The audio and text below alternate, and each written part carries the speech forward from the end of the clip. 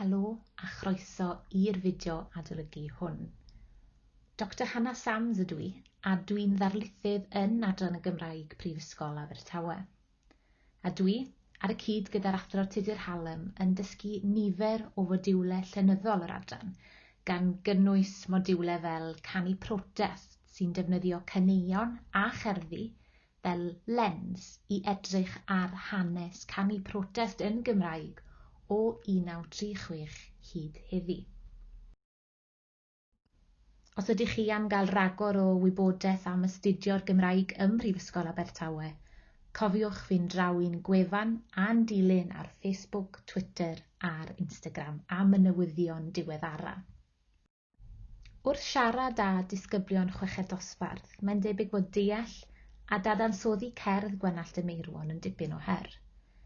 Nod y fideo hwn felly yw eich tywys chi trwy'r gerdd fesul pennill mwyn eich helpu i oresgyn yr her. Ond cyn neidio mewn i ddadansoddi'r gerdd, roeddwn i am roi cyflwyniad byr iawn i chi i fywyd Gwenallt. Un o ardal yr Allt Wen ym Mhontardawe Cwm Tawe oedd Gwenallt, ac o enw'r pentre hwnnw y cafodd Gwenallt i enw barddol. Mae bywyd crefyddol, diwylliannol a gwleidyddol yr ardal ddiwydiannol honno yn ddylanwad mawr ar ei waith, ac mae modd gweld hynny yn amlwg iawn yn y gerdd hon y Meirwon. Yn y pennill cyntaf, mae Gwenallt yn esbonio i fod yn adlewyrchu neu'n edrych nôl ar ei blentyndod a'i fagwraeth yng Nghwm Tawe, nawr i fod e wedi cyrraedd i hanner cant, gan fod persbectif hanner canrif ar y blaned wedi gwneud hi'n glir beth yw'r ffactorau a foldiodd neu a ddylanwadodd arno fe. Mae beirniaid llenyddol fel Wyn Thomas wedi dweud ei fod e'n synhwyro elfen o chwystod ym mherthynas Gwenallt a'i gynefin yn y gerdd hon. Er enghraifft, sylwch ar y modd y mae'n cyfeirio at ei bentre fel un o bentrefi'r de. Mai am Mhontardawe y mae e'n sôn fan hyn, fe allai'r hyn mae e'n ei ddisgrifio yn y gerdd fod yr un mor wir am ardaloedd diwydiannol eraill yn ne Cymru hefyd. A sylwch hefyd, nid gwreiddiau sy'n cysylltu Gwenallt a'i fro fan hyn, ond rhaffau dir. Eto, mae'n hawdd synhwyro'r elfen o y chwystod ym mherthynas Gwenallt gyda'i fro.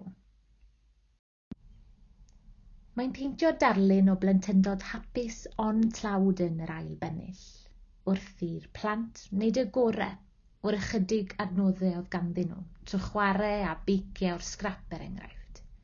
Rydyn ni hefyd yn cael cip ar ddychymyg byw y plant fan hyn, wrth iddyn nhw ddychmygu i bod nhw'n chwarae rygbi dros Gymru trwy chwarae a blydren mochyn, yn lle pêl rygbi go iawn. Ond yn ail hanner y pennill, mae'r atgof melys hwnnw yn cael ei chwalu wrth i Gwenallt sôn am effeithiau diwydiant ar rai o gyfeillion i blentyndod. Nawr, maen nhw'n dioddau sgil effeithiau ofnadwy, clefydau fel silicosis, ac yn sgil hynny yn chwydu i hysgyfaint i fwced yn fudur goch. Mae'r ddelwedd ddelfrydol o fywyd diwydiannol hanner cyntaf y pennill yn cael ei chwalu'n racs yn yr ail hanner.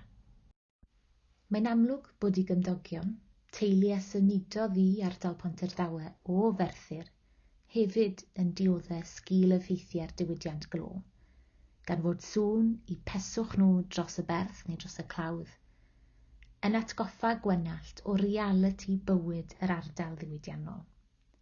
Sylwch hefyd ar y chwarae ar eiriau fan hyn, wrth i Gwenallt gyfeirio at y teulu o Ferthyr fel merthyron, sef pobl sy'n dioddau neu sy'n marw oherwydd i hargoeddiadau. Unwaith eto, o bersbectif plentyn mae'r pennill nesaf yn cael ei adrodd. Mae Gwenallt yn disgrifio sut y byddai plant yn sleifio i'r parlwr i weld yr arch ar ôl marwolaeth rhywun ifanc yn sgil damwain diwydiannol. A rydyn ni'n gwybod bod y person yn ifanc gan fod clawr yr arch wedi, yn ôl Gwenallt, i sgriwio cyn i pryd. Sylwch hefyd ar amser y ferf fan hyn, sleifien. Mae Gwenallt yn defnyddio'r amherffaith fan hyn, sy'n awgrymu bod hyn yn rhywbeth oedd wedi digwydd dros gyfnod hir o amser yn y gorffennol, ac nad yw'r weithred honno wedi dod i ben. Ond wrth edrych ar yr hyn sy'n weddill o'r corff, ac arno gwreithiau diwydiant, corff sy'n cael ei disgrifio gan Gwenallt fel golosg o gnawd a lludw o lais. Mae'n bosib bod Gwenallt yn cofio am ddamwain erchyll a gafodd ei dad fan hyn, a achosodd ei farwolaeth yn y pen draw, wedi gawod o fetal tawdd dasgu drosto yn y gwaith. Sylwch hefyd sut yma Gwenallt yn cyfosod geiriau crefyddol a gwleidyddol yn ail hanner y pennill fan hyn. Enghraifft colectau gwrthryfel coch a litaniau trais.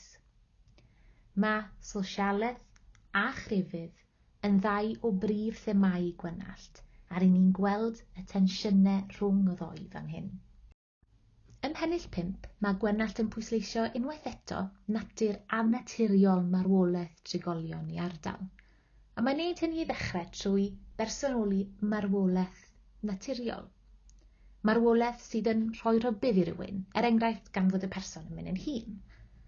Ond wrth gwrs, nid dyma'r math o farwolaethau roedd yn ei testio yn ei ardal yn aml.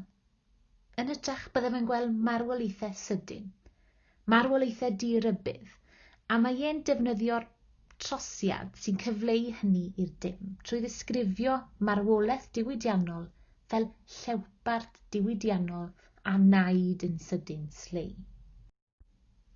Mae dicter y bardd i'w glywed yn amlwg iawn ym mhennill 6, ac mae ei ddefnydd o gytseiniaid caled, ailadrodd a rhestru yn pwysleisio hynny.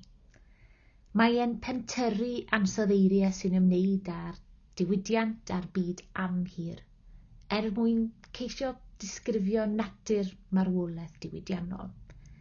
Enghraifft yr angau hwteraidd, yr angau llychlyd, myglyd, meddwl, a oedd yn troi i bobl yn anwariad. Pobl oedd yn ymladd wedyn yn erbyn amodau gwaith afnadw a chyfalafiaeth, pethau mae Gwenallt yn ei disgrifio fel y pwerau catastroffig cas. Effaith y marwolaethau diwydiannol hyn ar y gwragedd oedd yn cael ei gadael ar ôl yw ffocws pennill 7. Mae e'n cyfeirio at y llondwrn o arian gwaed, sef yr iawndal bach iawn y byddai'r gwragedd hyn yn ei cael wedi marwolaeth i gwyr neu i meibion, ac at y bwceded o angau, sef y cyflenwad glo y byddai'r gwragedd hyn yn ei cael eto fel rhyw fath o iawndal. Ac yna mae e'n sôn am y tasgiau, a oedd yn draddodiadol yn cael ei gwneud gan ddynion y teulu, enghraifft cario glo, torri cwd tân a dodi'r ardd. Ac mae'n dweud bod nhw'n darllen yn amlach hanes dioddefaint y groes. Mae awgrym fan hyn bod y gwragedd hyn yn troi at y Beibl am gysur, a'i bod nhw nawr efallai yn gallu uniaethu â Mair, gan ei bod hi, fel nhw, wedi colli ei mab. Ym mhennill 8, mae Gwenallt yn pwysleisio bod hyd yn oed y blodau sy'n cael ei gosod ar ddfedde'r dynion hyn sydd wedi marw'n rhy gynnar wedi gwenwyno gan ddiwydiant. Enghraifft, mae'r rhosynau yn silicotig a mae'r lili mor welw ar nwy. Ac eto, mae modd synhwyro'r tensiynau rhwng crefydd, rhwng diwydiad a rhwng daliadau gwleidyddol Gwenallt fan hyn, wrth iddo awgrymu bod adnoddau y Beibl yn ddau ddim ar lan y beddau hyn. Mae'n ei cymharu nhw fan hyn ar ei gfeidd. Roedd y marwolaethau hyn yn ei lyged yn hollol groes i holl ystyr Duw. Dechrau digon anobeithiol sydd i'r pennill ola. Mae'r utopia sef y lle perffaith a delfrydol lle mae popeth gan gynnwys gwleidyddiaeth, deddfe a mwysau yn berffaith wedi diflannu. Ond mae dwy ffordd o ddehongli'r cwpled clo. Ar un llaw, byddai modd dadle i fod yn awgrymu mai dim ond rhyw atgof pell o'r ddelfryd utopiaidd honno sydd ar ôl bellach.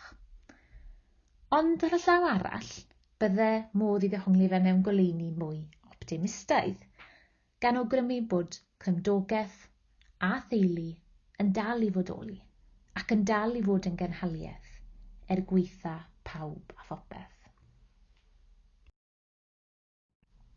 Gobeithio bod y fideo hwn wedi bod o gymorth i chi wrth fynd ati i astudio y Meirwon gan Gwenallt. Cofiwch ddilyn Adran y Gymraeg ar y cyfryngau cymdeithasol, a chofiwch hefyd gysylltu os oes gyda chi gwestiynau am y gerdd hon neu un o'r cerddi eraill ar y cwricwlwm. Diolch yn fawr i chi am wrando.